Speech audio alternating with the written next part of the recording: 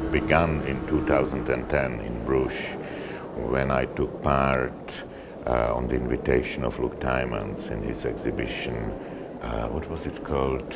The Vision of Eastern Europe or something like that. And the link to the theme of the exhibition is the origins of the physical component of the work, which are very large loudspeakers. I found those in Prague. They were made at some time in the past, God knows exactly when, for a very big sports facility, for a very big stadium, in fact the second biggest sports facility in the world. And somehow the coincidence of finding those and being offered a very beautiful place to work with here in Bruges, which was the Cistercian Abbey, really brought the work together then. And I was so pleased with the way things worked and all these coincidences that somehow came together so sort of happily, that I decided to leave the work in Bruges. And I'm very happy that it found a home very different than what it was intended for, but just as interesting for me.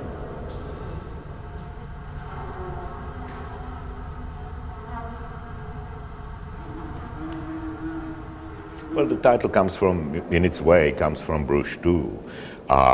And it was really the last thing that last of the happy coincidences that I sort of chanced upon.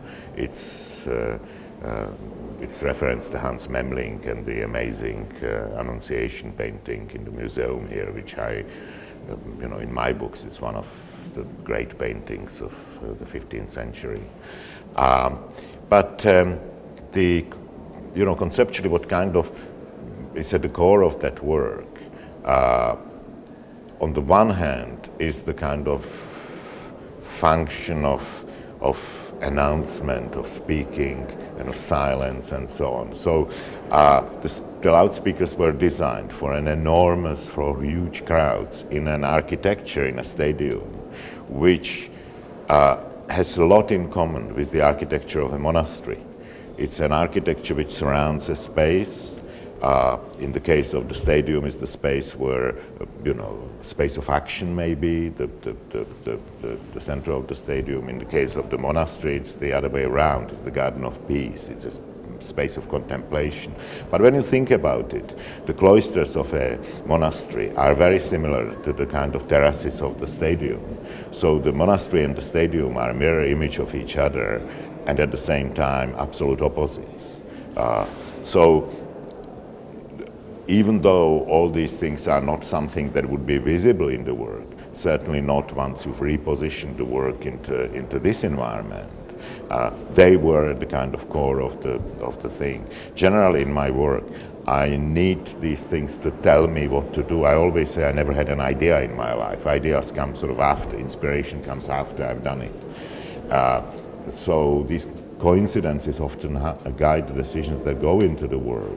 But what comes out at the end is sort of a thing that needs to be able to live and breathe on it in its own way. And it's always a kind of very happy moment for me when I see the work in a new situation, or even in my studio sometime after I've made it, and it's doing something that I never thought it could possibly do.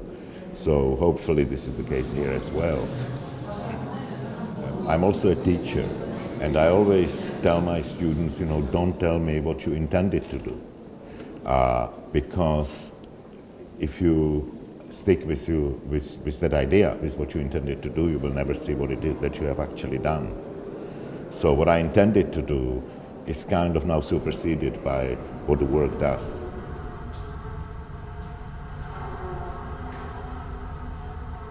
The sound is the sound of buzzing bees.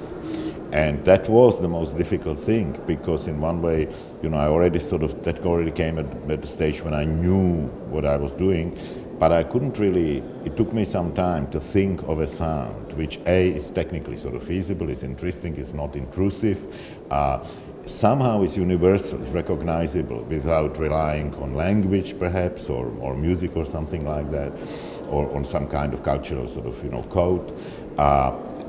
And at the same time is evocative rather than symbolic. And so the bees, on the one hand, they may be symbolic when you think of the religious symbolism of the Annunciation and the cloisters and so on. But on the other hand, it is just a sort of sound from our world that somehow, we no longer come across so often. It's just something that we sort of know and no longer have a reference to rather than experience. And so, eventually the bees won, and they were just a pleasant sound as well. The loudspeakers have function. I would never, just sort of hang these loudspeakers in a space and just say, don't they look sort of interesting or something. They have to work, they have a function. But the sound is a bit more than just giving the loudspeaker something to do. It sort of goes together, And it is quite interesting that these loudspeakers, which were originally, the shape of them was originally purely instrumental, purely functional. They were simply designed to reproduce sound to the great distance.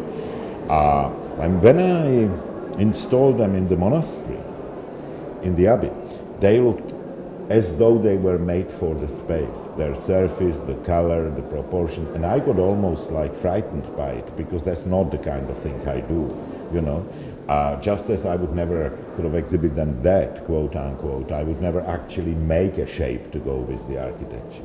But it did work. And then when I came here and saw the work installed here, I had another shock, because they look once again as though they were made for this architecture. Completely different sort of thing. So I think in this instance, the impact of the sculptural side of the installation is perhaps slightly out of balance with the sound, but it doesn't really matter too much, because somehow the sound fits so perfectly here. Not in terms of what it is, but just in sonic terms. If we just listen to the kind of bass of voices now, it's not so different. The space that was offered to me was there, and it's quite a difficult space. And really, to be honest, no artist likes it when he's told, "Oh, we have a great space for your work. It's a corridor."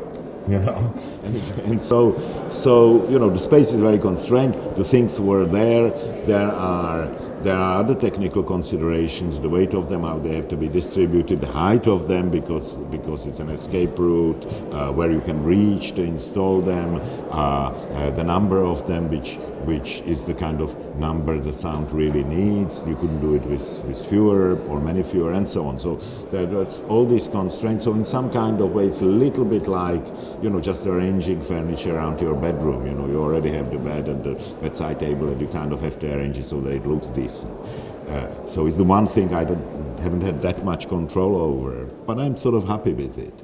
I kind of feel that the success, if that is the right word, of the image needs to be contributed to a great extent to the architecture itself. It's somehow the kind of quality of the space that makes it look good. I hope the technology will somehow merge with the architecture, it will become part of it, rather than being a work placed in a building, that it simply will become part of the building. And I think it does have that sort of quality that it could become that. That would be the nicest thing. The audience here, one would anticipate, are people who know how to listen to sound, and who enjoy listening. So this is not music. But then again, you can say, what is music? Music is a production of sound. This is another form of production of sound. And I'm quite excited that the primary audience for this work will be listeners. How they should look, the looking is not kind of separate from the listening, or from being in the space, how they should feel about it and so on. But there is something, like I said earlier, if I feel that the sculptural form is perhaps on balance stronger than the kind of oral experience simply because of the conditions, the physical conditions, then that may be compensated for by the kind of attention that your typical audience will pay to the sound.